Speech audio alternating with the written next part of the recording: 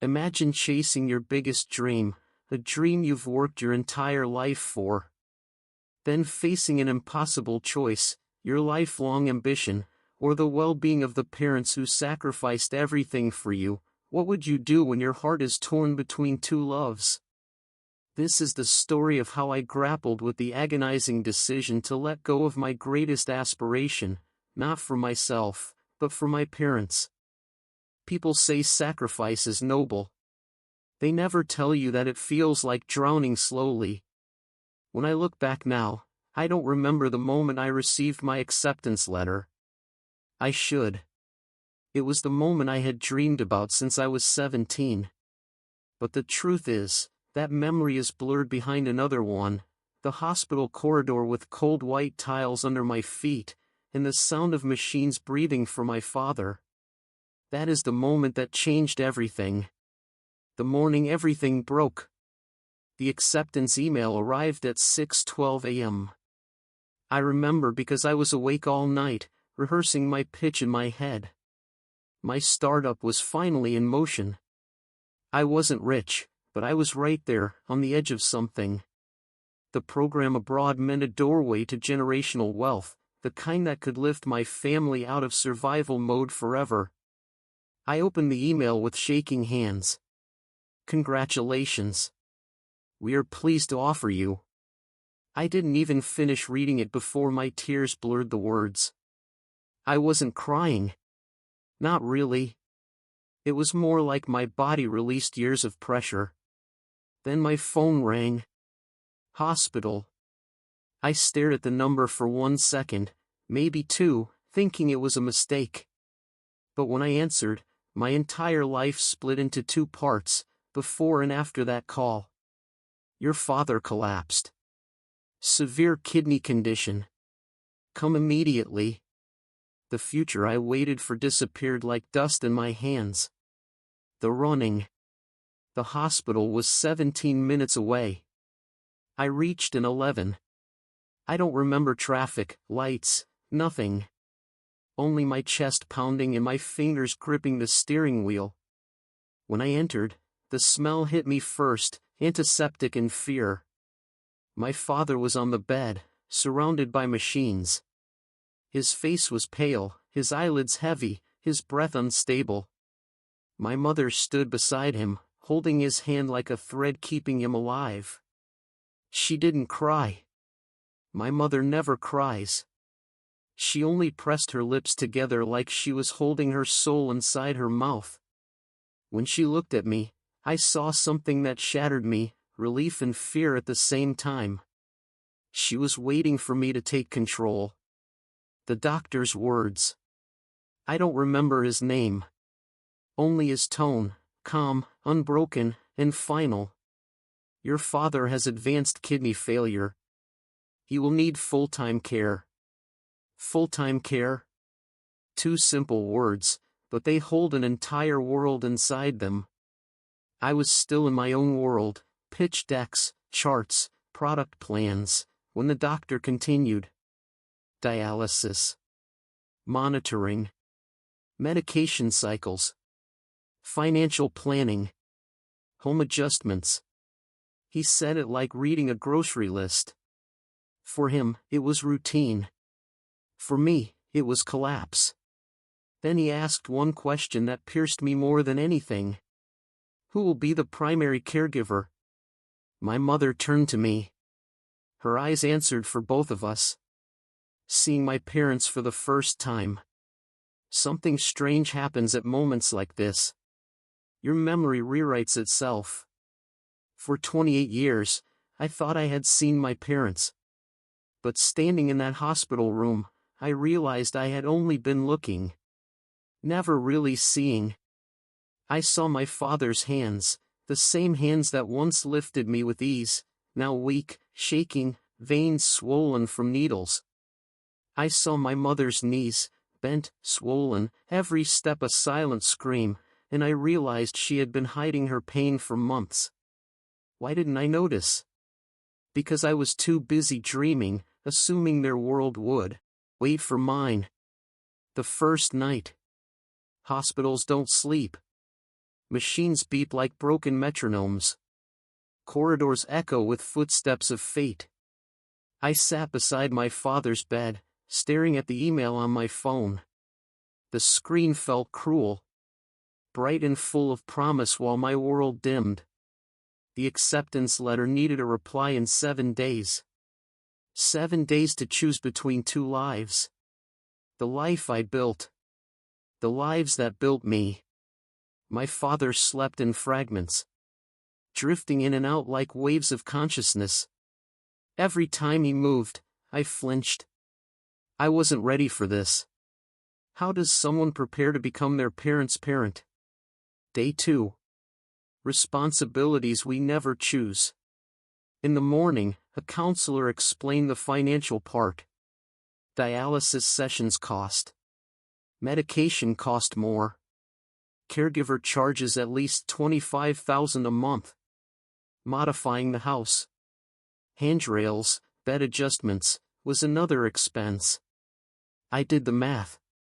Then I did it again. Then again, hoping the numbers would change. They didn't. Our only real asset was our house.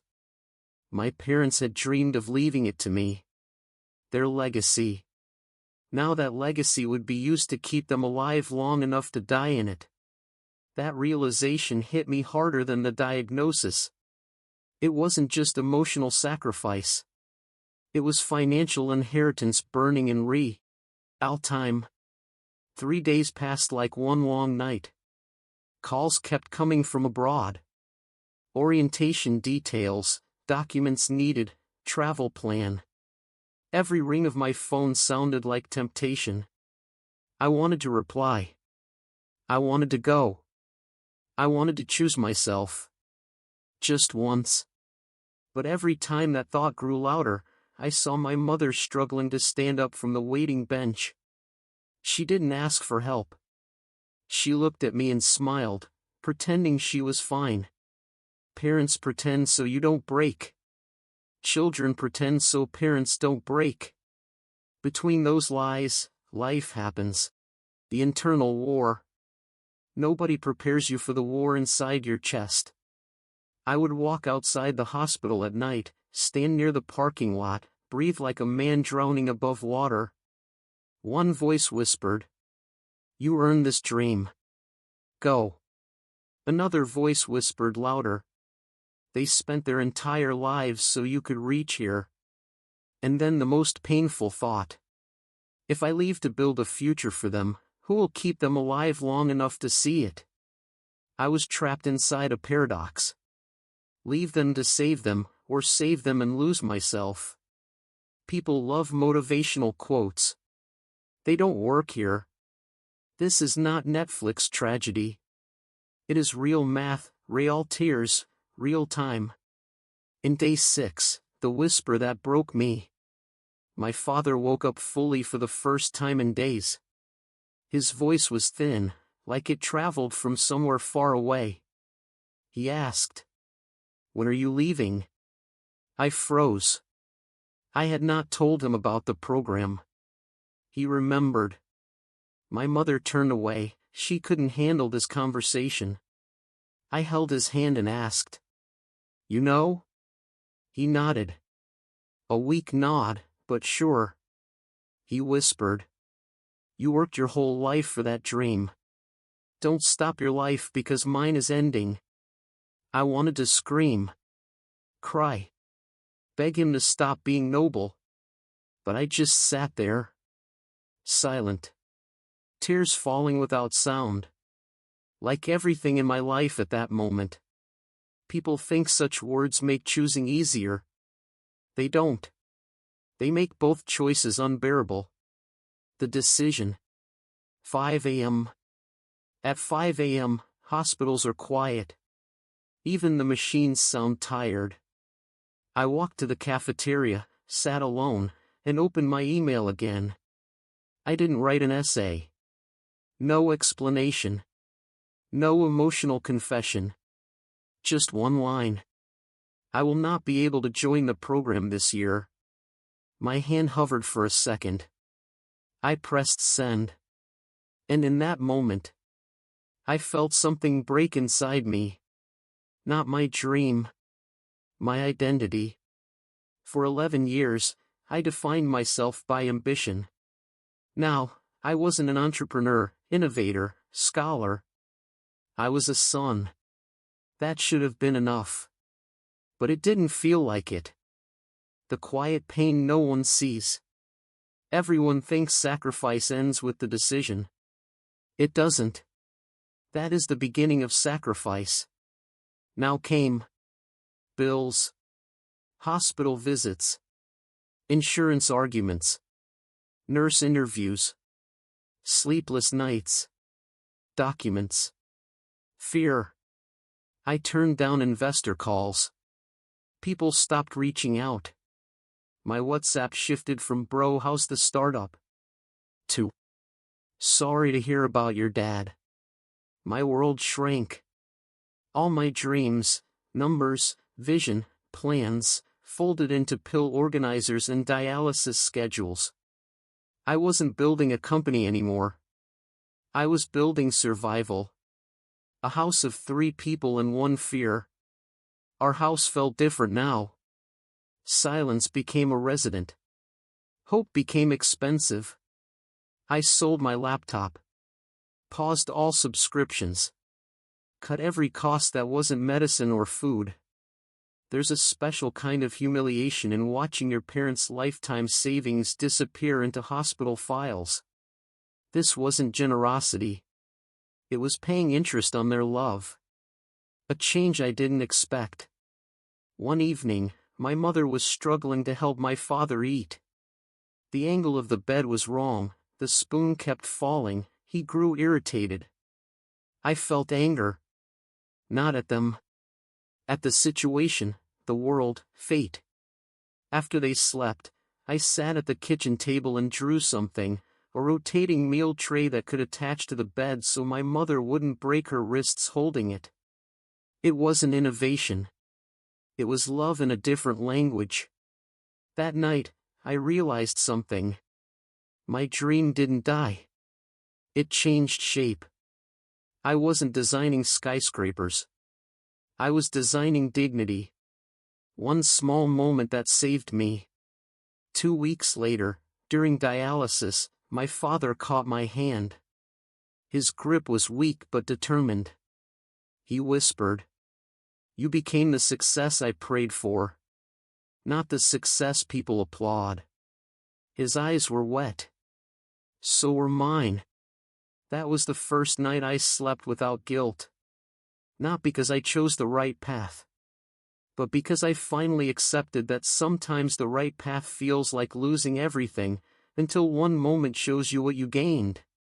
People imagine sacrifice as a single moment. A decision made once. But the truth is, sacrifice is daily erosion.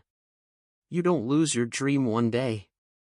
You lose it piece by piece, every morning, every night, every time you choose duty over desire. When the initial shock faded, reality took over like slow poison. There were no tears after that. Just responsibility, sitting heavy on my chest like a stone. Living between 2 worlds. Every morning began with a routine that never existed before. Checking blood pressure. Warming water. Preparing medicines. Recording dialysis readings. Cleaning tubes. Updating a health log the doctors taught me to maintain. I wasn't a caregiver by choice. I became one by necessity. There is a difference. A caregiver chooses love as work. A child chooses love because there's no alternative. Between these tasks, my old life kept calling. Emails. "Have you reconsidered joining next semester? We hope everything is okay. Your idea has potential for funding." I didn't reply. Not because I didn't want to, but because every reply would open a door to a world I no longer belonged to. What people don't see is, people praise sacrifice from a safe distance. They call it beautiful, inspiring, selfless. But up close, it is painful, silent, lonely. There's no applause at 3 a.m. when your father vomits because his body can't handle medication. There's no inspiration when you massage your mother's swollen legs wondering why life punishes kind people. There's no poetry in insurance calls where a stranger decides if your father's life is covered or not. Real sacrifice is ugly work, done in silence. And the hardest part? You start forgetting your own face. Like your identity gets lost somewhere between hospital corridors and pharmacy bills. Friends visited for a week. They brought fruits, sympathy, awkward conversations. By week 2, messages slowed. By week 4, only 2 people still checked on me. By month 2, even they had their own lives to run. I don't blame them. Life moves forward for everyone. Except the family in crisis. I stopped posting on social media. My world wasn't shareable. The only daily photos I had were prescription boxes, discharge slips, diet plans. No one wants to scroll through that.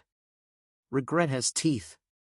One night, after my parents slept, I opened my closet where my packed suitcase still stood, the one I prepared the day I received the acceptance letter. It was filled with everything I once believed was important. Formal shirts, presentation shoes, research notes, printed dreams. I sat on the floor, pulled out the letter again, and read it for the 100th time. My throat burned. Not because I regretted staying, but because I regretted living in a world where love demands loss. People believe love is soft. But love is sharp. It cuts you open. I whispered to myself that night. What if I threw away everything for nothing? A thought I had never admitted out loud. Because sacrifice has no guarantee. No certificate. No reward. It asks you to destroy certainty for uncertain hope. Selling pieces of myself. By month 3, money became war. The savings my parents had built for decades, with sweat, broken backs, and dreams, began disappearing like sand in running water. Dialysis cycles. Tests. Consultations. Emergency medicines. Dietary supplements. House adjustments. I sold my laptop, my DSLR, my tablet, an old watch I loved, my bike. People always say, money doesn't matter. It does. Money is survival when someone you love is dying slowly. Every rupee spent was a reminder. I am spending their legacy to keep them alive. A paradox so cruel it feels unreal. And the strangest part? I didn't resent them. I resented the world. That forces ordinary families to choose between dreams and dignity. The breaking point. Everyone has a breaking point. Mine came quietly. One morning, I walked into the living room to find my mother crying silently while cleaning medical bills. She didn't want me to see. She wiped her face quickly and said it was dust. But her hands shook. I sat beside her and asked nothing. I just held her hand, the same hand that once held mine while crossing roads.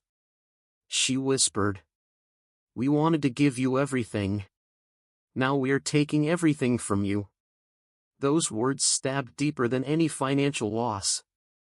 I hugged her, the first time in years, and said, "You're not taking anything.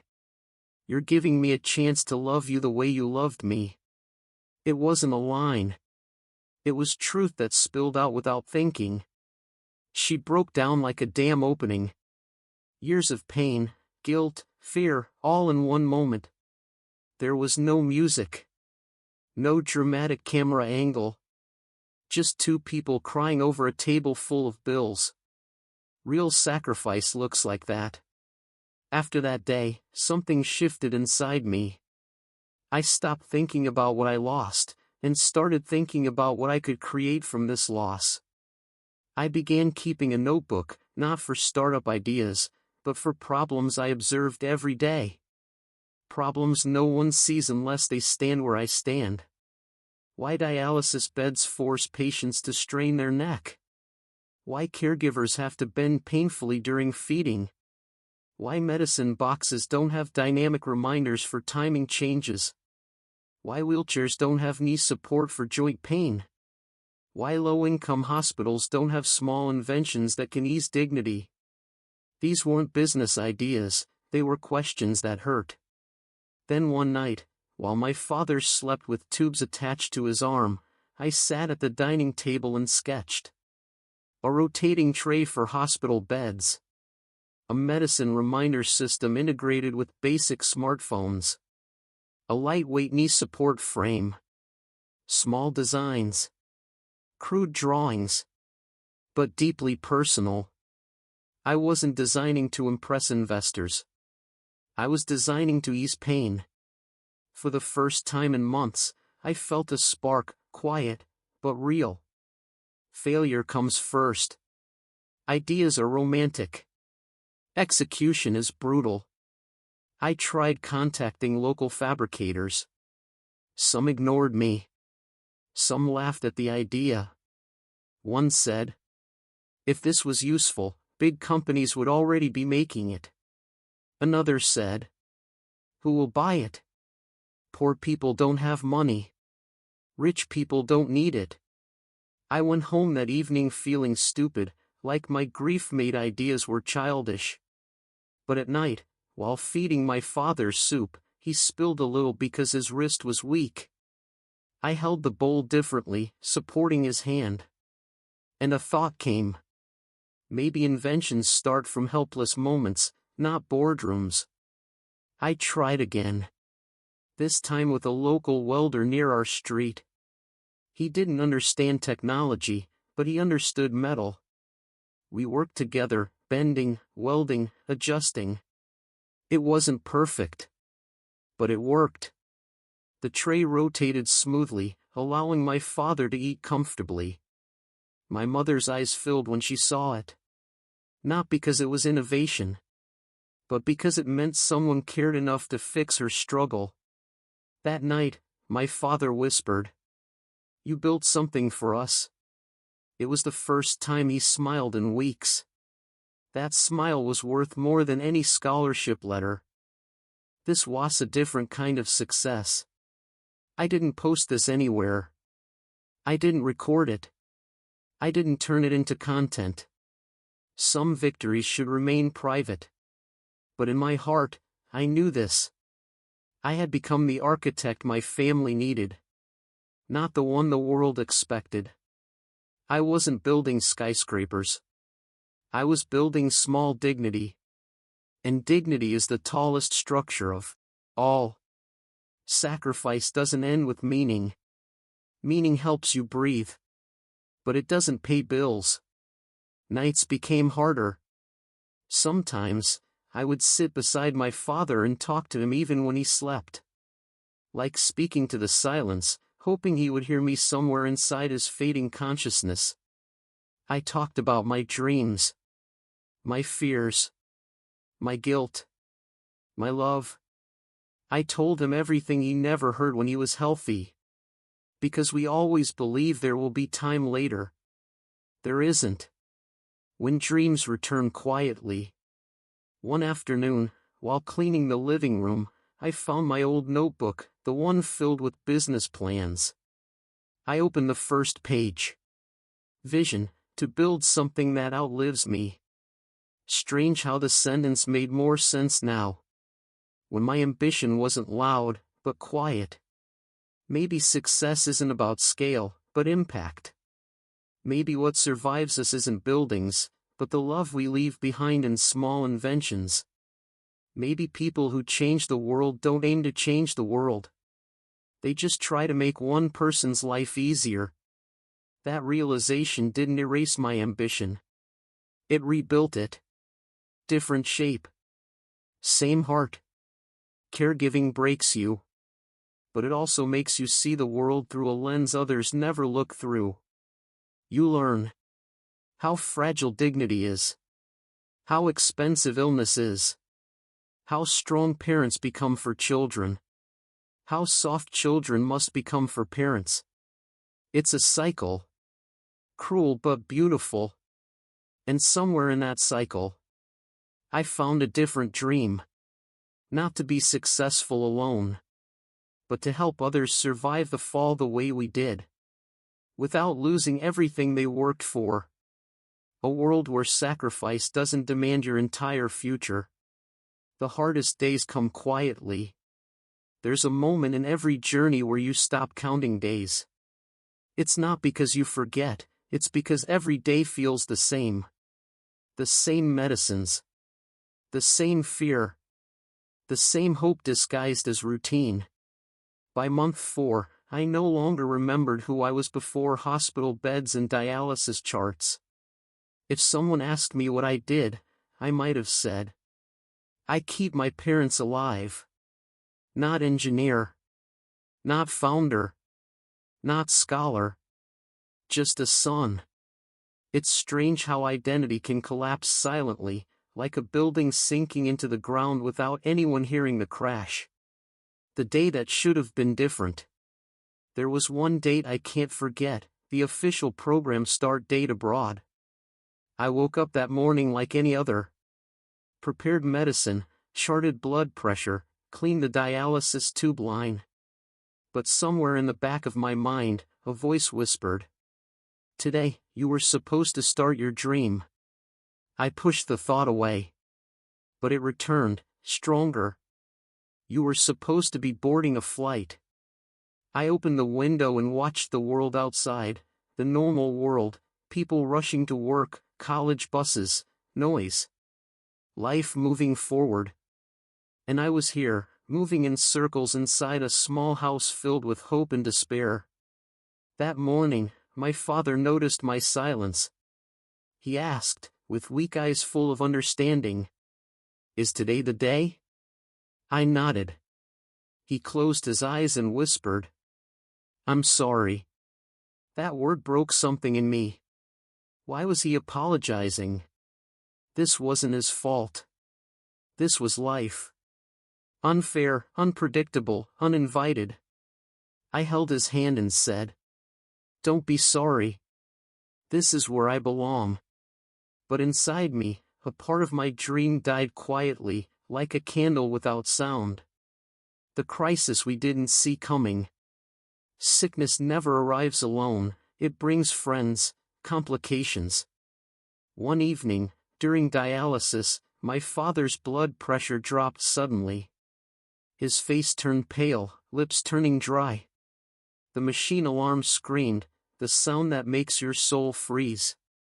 My mother panicked. I pressed the emergency bell. Nurses ran in, adjusting tubes, injecting fluids, speaking in a language of urgency. My heart wasn't beating, it was crashing. In that moment, I understood the truth of caregiving. You don't fear death, you fear almost death. The moments where your life stops, waiting to see if theirs continues. Minutes felt like hours. The alarm stopped. Breathing stabilized. He survived. But something changed in me. That night, while my father slept in the ICU for observation, I sat alone outside, staring at my hands. They were shaking. I realized I had built dreams with these hands. Now they were trembling because of fear, not ambition. My entire future was attached to his pulse. That is a terrifying way to live. The financial collapse. The crisis brought new bills, heavy ones. The insurance refused to cover certain emergency procedures, a technical loophole hidden in long documents. We had to pay up front. I remember standing at the billing counter, card in hand, while the clerk recited numbers like grocery prices. I paid without emotion. Not because it didn't hurt, but because there was no space left for pain. When I came home that night, My mother was counting old gold jewelry, her wedding bangles. She looked at me and said, "We can sell these. They're just metal." Her voice was steady, but her eyes were breaking. I took the jewelry box from her gently, closed it, and said, "Love is not metal. We'll find another way." But I didn't know how. That night, I cried in the bathroom, silent, heavy tears, because sons don't cry in front of mothers. They break alone. The night I almost gave up. Every journey has a point where giving up feels easier than continuing. Mine came at 2:47 a.m.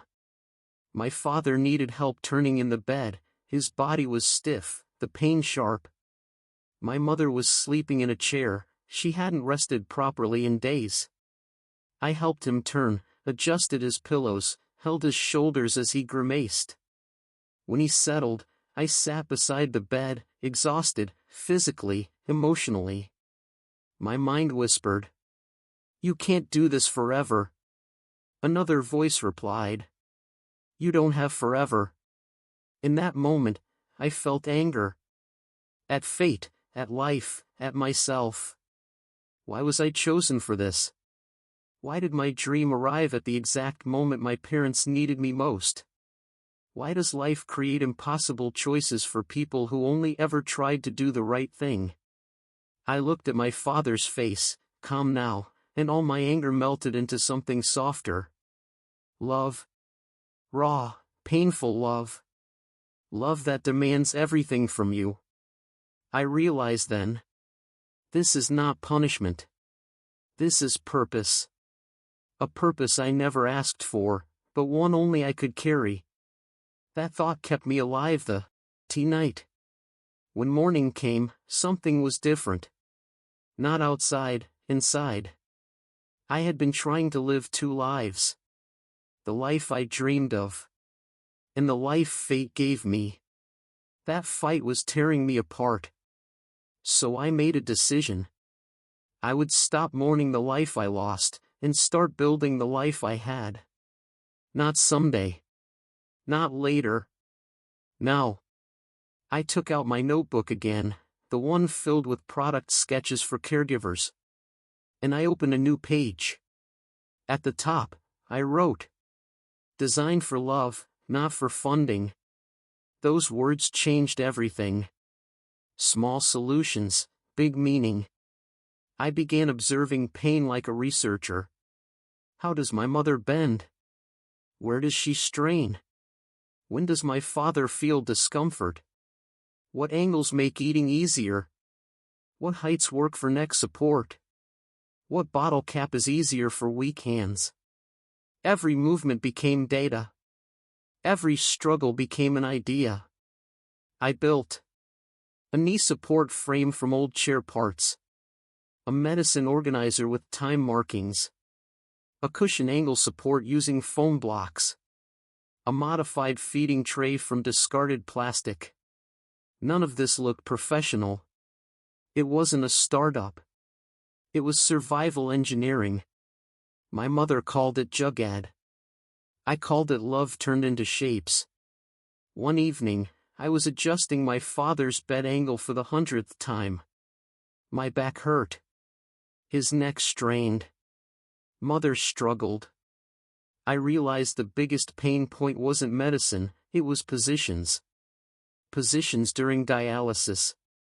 Positions during feeding. Positions during sleep. So I sketched a low-cost adjustable frame, something simple enough to make locally, but effective enough to help thousands. No motors. No complex mechanics. Just physics and empathy. I showed the drawing to the same welder who helped build the rotating tray. He stared at it and said, "We can try." Those 3 words were enough. We worked for days, cutting, welding, adjusting angles. When it was done, we tested it on my father. For the first time, he ate without pain. For the first time, my mother didn't bend. She touched the frame and whispered, "You saved my back." My father smiled. Tired, but proud. It wasn't innovation. It was healing. When meaning returns. Something changed in the house after that. Not the illness. Not the fear. Not the bills. But the atmosphere. Hope returned. Not loud, but quiet. Like your channel name. We laughed again, sometimes. We argued about small things. Which is a sign that life is still there. We watched old video clips. I played songs from my father's youth. For moments at a time, the house felt alive. Not because sickness was gone. But because love had learned how to breathe inside sickness. One night, sitting by the window, I asked myself, what is success? Is it a degree? A job abroad? Wealth? Applause? Or is it building dignity for the people who gave you life? The world applauds the first list. But nobody claps for the second. Yet the second is what makes us human. I realized that I had been chasing a dream built on the world's definition of success, not mine. Now my definition was simple. Success is easing someone's pain. Success is being there when no one else can. Success is choosing love over ego. A neighbor visited one day, saw the feeding tray and support frame, and asked where we bought it. I told him I built it. He was stunned. He said his uncle needed something similar. Another neighbor asked for the same. Within 2 weeks, I made 3 more frames. Not for money. For community. For families like mine that live in silent suffering, without idea that small solutions exist. A local doctor saw the frame and asked for a photo. He said, "This could help thousands." For the first time in months, someone said thousands to me, not in financial projections, but in impact. It awakened the old part of me. The builder, but now connected to moenting deeper. Not market. Humanity. One night, while my father slept peacefully with the support frame I built, I sat at my desk. Not crying, not regretting, just thinking. I opened my notebook and wrote. I didn't lose my dream. I returned it to its roots. Because the truth is, I became an innovator because of my parents' sacrifices. Now I was innovating for their survival. The circle wasn't broken. It was complete. Before sleeping, I checked my father's pulse and oxygen levels. He was stable. I turned off the lights, sat next to him, and whispered. Even though he couldn't hear me, I will build again. Not for a career, but for meaning. Not for the world, but for the people who need it quietly. And I realized something that night. Something that feels like the emotional core of my story. Sacrifice doesn't kill ambition. It purifies it. There's a strange chapter. A point where fear stops fighting and settles into something softer, acceptance. Not acceptance of death. Acceptance of life, however it arrives. By month 6, I had learned the patterns of sickness the way some people learn a new language. Dialysis days were slow, careful. Non-dialysis days were unpredictable, sometimes peaceful, sometimes terrifying. My father's body became a map. Every tremor, every blink, every silence told a story. I could read his pain without words. And my mother? She was the quiet soldier beside me, walking through her own battlefield, without ever asking for applause. If there's one image burned into me forever, it is this. Mother sitting beside the bed, holding father's hand, whispering stories from their youth, as if memory could keep them alive. That is love. Not flowers. Not big words. Just presence. The preparation nobody talks about. Doctors started talking about long-term planning. It sounded harmless, like something you should be ready for. But I knew what it meant. Preparing for decline. Preparing for loss. Preparing for an ending that isn't dramatic, but slow. The hardest part wasn't medical. It was emotional. How do you prepare to lose the person who fought the world to give you a life? How do you prepare to become the caretaker of the person who once carried you on his shoulders? There are no books for this. Only tears. Some visible, most invisible. A conversation I'll never forget. One evening, my father was awake, fully, clearly, the way he rarely was now. These moments became precious, like borrowed time. I sat beside him, adjusting the support frame, and he looked at me with eyes that didn't look sick. Eyes that were alive. He asked quietly, "Are you happy?" I didn't know how to reply. Happiness felt like a word from another life.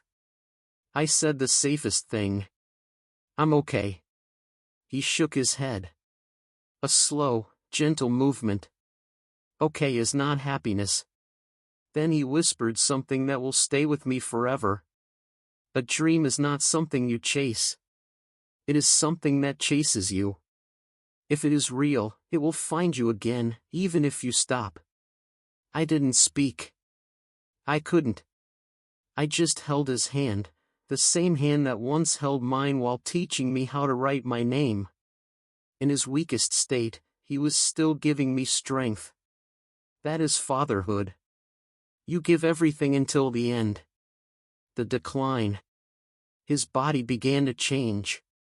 Slowly at first, then faster. Appetite dropped. Sleep increased. Words became fewer. Pain became constant. I learned new skills. How to lift him without hurting his spine. How to track hidden signs of discomfort. How to manage oxygen. How to calm him when confusion suddenly struck. People think caregiving is just physical. No. It is emotional protection. You protect dignity when the world doesn't notice it. You wipe tears that aren't yours. You answer questions he no longer remembers asking. You laugh at jokes he no longer completes. You hold his face when he forgets your name. And still smile like nothing broke. That is love in its purest form. The day he forgot my name. It happened in the afternoon. He was staring at me, eyebrows tight, searching my face like a memory he couldn't reach. He whispered, "Who are you?" 3 words. Small. Sharp. Destroying. My heart didn't break. It collapsed. I smiled, even though my entire body was trembling. "I'm your son." He looked confused, then calm.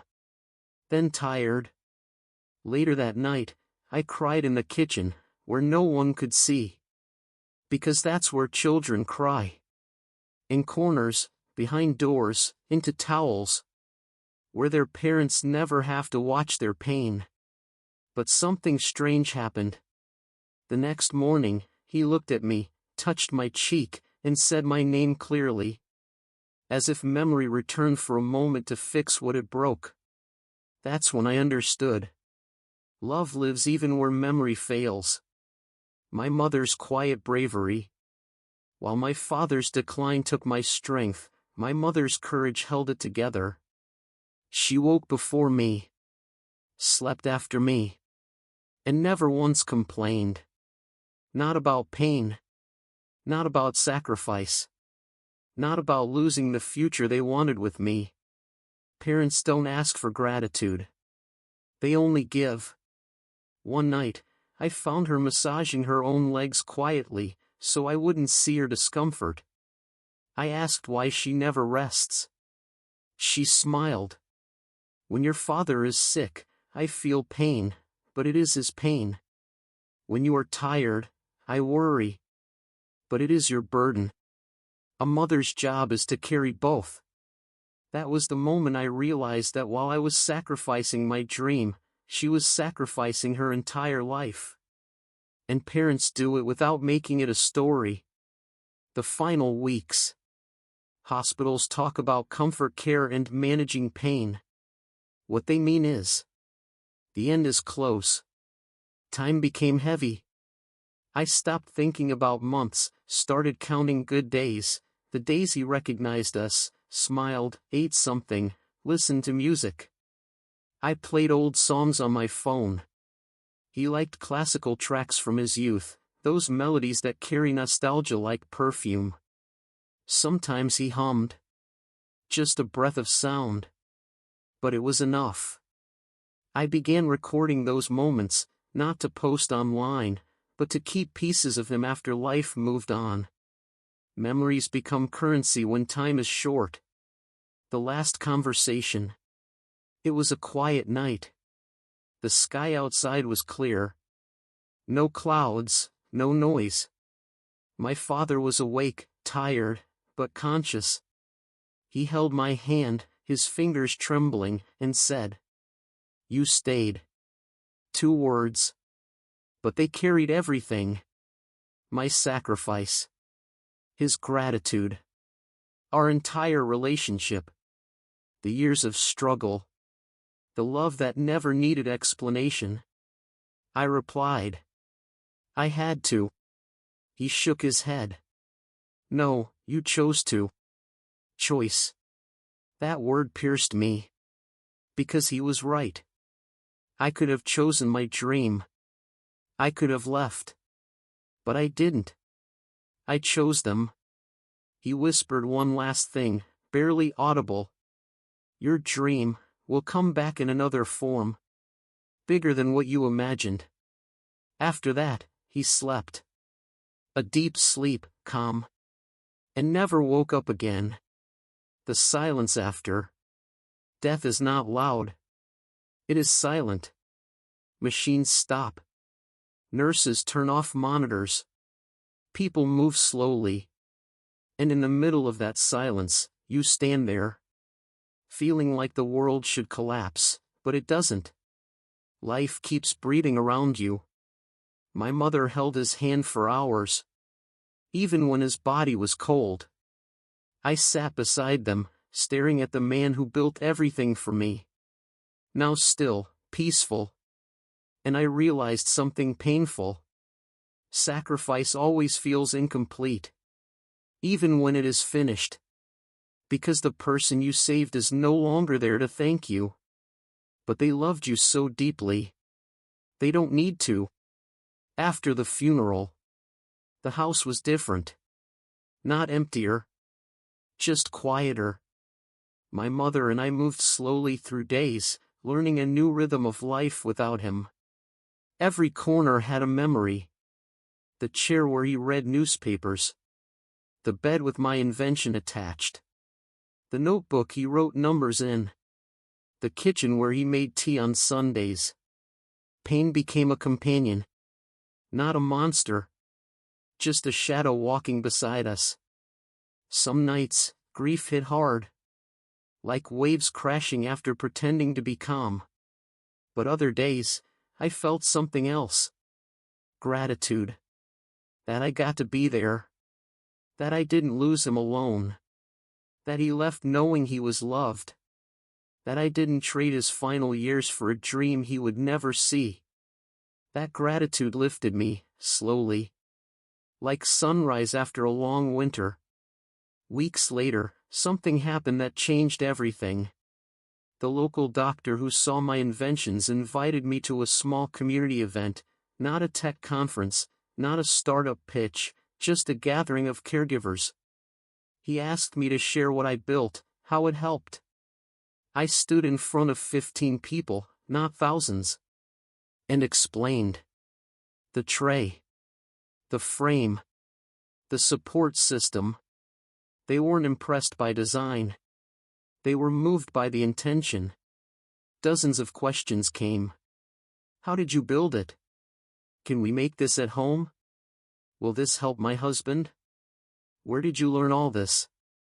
And one sentence from an old woman touched my soul. If my son had built something like this, my back wouldn't be broken today. I didn't win a prize. I didn't win funding. I won something deeper. Purpose. In that moment, I understood what my father meant. Your dream will return in another form. I didn't become the architect the world praises. I became the architect family's need quietly. People watching this might think, would I do the same? The truth is, you don't choose sacrifice by logic. You choose it by love. When the moment comes, it will feel impossible, until it becomes the only choice. I didn't give up my dream. I redeemed it. I lost a career path, but I gained a purpose. I lost applause, but I gained moments. I lost a future I imagined, but I lived a reality I will carry in my heart forever. And if you ask me whether I would do it again? Yes. Every time. With a full heart. Because some dreams are made for the world. And some are made for the people who taught you how to dream. Final whisper for voice of the quiet.